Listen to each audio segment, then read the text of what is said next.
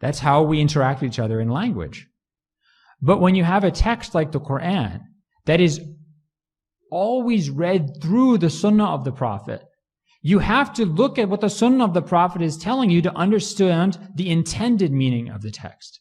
And in that case, the intended meaning of God's words is not necessarily the one that's closest to the evident meaning. It is the one that is best supported by the evidence of the other verses of the Quran, of the Sunnah of the Prophet, of our understanding of the overall teachings of Islam.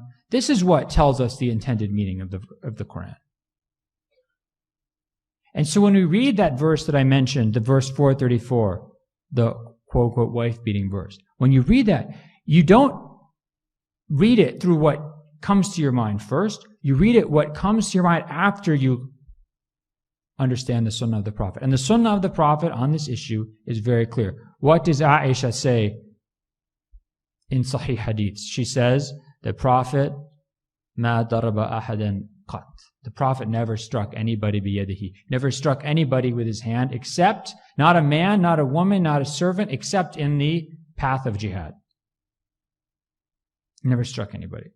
And when this verse is revealed that I read to you about adribuhunna, the context in which it's revealed, according to Hadith and Sunan Tirmidhi and other books, is that a woman comes to the Prophet and complains about her husband striking her.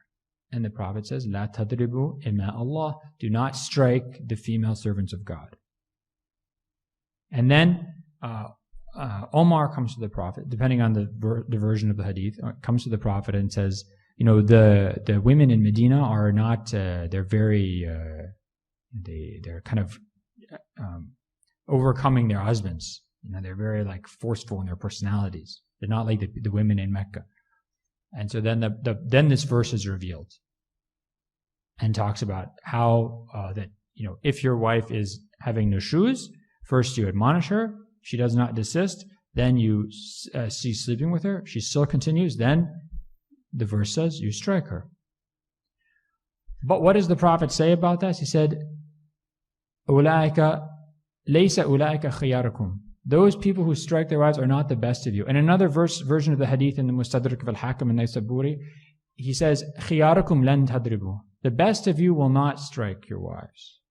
And in Sahih Bukhari, the Prophet says, alayhi salatu wasalam, لا يجلد أحدكم امرأته جلد العبد ثم يجامعها آخر النهار أو آخر اليوم.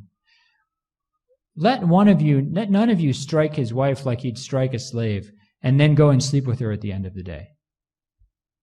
And in his final sermon, his final khutbah at Hajj, what is one of the things the Prophet says? He says, "Attaqullah fi nisaikum."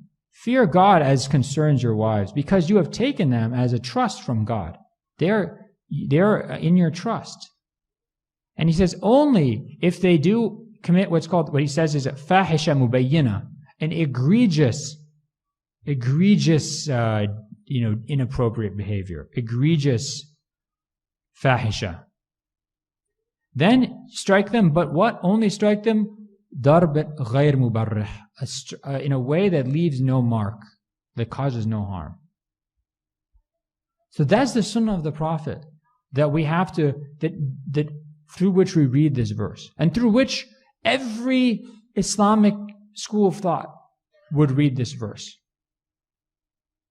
Which is why in the various schools of law, and you now, I see a lot of you are students here, you know how complicated fiqh is. You know how many different opinions, like for example in the Hanafi madhab you can have, you know, zahir riwaya, and you have the opinion of Imam Abi Hanifa, you have the opinion of Abu Yusuf, you have the opinion of Muhammad bin Hassan Shibani, you have the opinion of Zufar bin Hudayl, of all these opinions. So fiqh is very complicated. But across the different madhabs, there's the same theme over and over again. You can only strike your wife lightly, in a way that causes no harm. If you cause her harm, you're liable for the diya, you're liable for compensating her for injuries. And according to every school except the Hanafi school, a judge, if a wife goes to a judge and says, my husband's beating me, and there's witnesses or evidence that the husband's beating her, or the husband confesses, the judge can do what's called tafriq. He can end the marriage legally. And the wife will get to keep her mahar, and the husband has to pay her nafaqah until her iddah ends, and the marriage is over. And this is what I found very interesting in my research, that if you look at Sharia court information about Sharia courts, whether it's in, Iran in the 900s, or Andalusia in the 900s, or Syria in the 1300s, or, Janneh in Mali in the 1900s, or Zanzibar in the 1900s, or Yemen in the mid-20th century, or Egypt in the 1920s, you always see the same thing. Husband or wife goes to the court, says, my husband's beating me. If there's evidence that he's beating her, like physically, if there's witnesses, if the husband confesses, judge would end the marriage. If the woman wants, he'll end the marriage. She keeps her dowry. She gets maintenance. And the husband, if there's injury, has to pay to compensate the injury. And this is, for example, in the Hanafi realm of Palestine in the 17th century. There's one case where a woman has some of her teeth knocked out by her husband, and the judge says, you have to pay, husband, you have to pay your wife 3 gold coins because this is the diya for teeth. And so it's very interesting because in the tradition of American law and British law, it's only in the very late 19th century or in the 20th century that a husband can ever have to pay any money to his wife. Before then, married women aren't allowed to own property. And there's something called in law tort immunity, where the husband's actually immune from any case that his wife brings against him that he harmed her. It's impossible for him to be liable financially to her.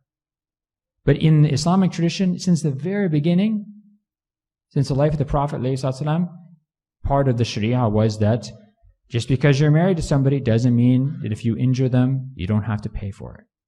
You can't be held accountable before the law. You're always held accountable. In the Sharia, if you harm anybody, you're held accountable.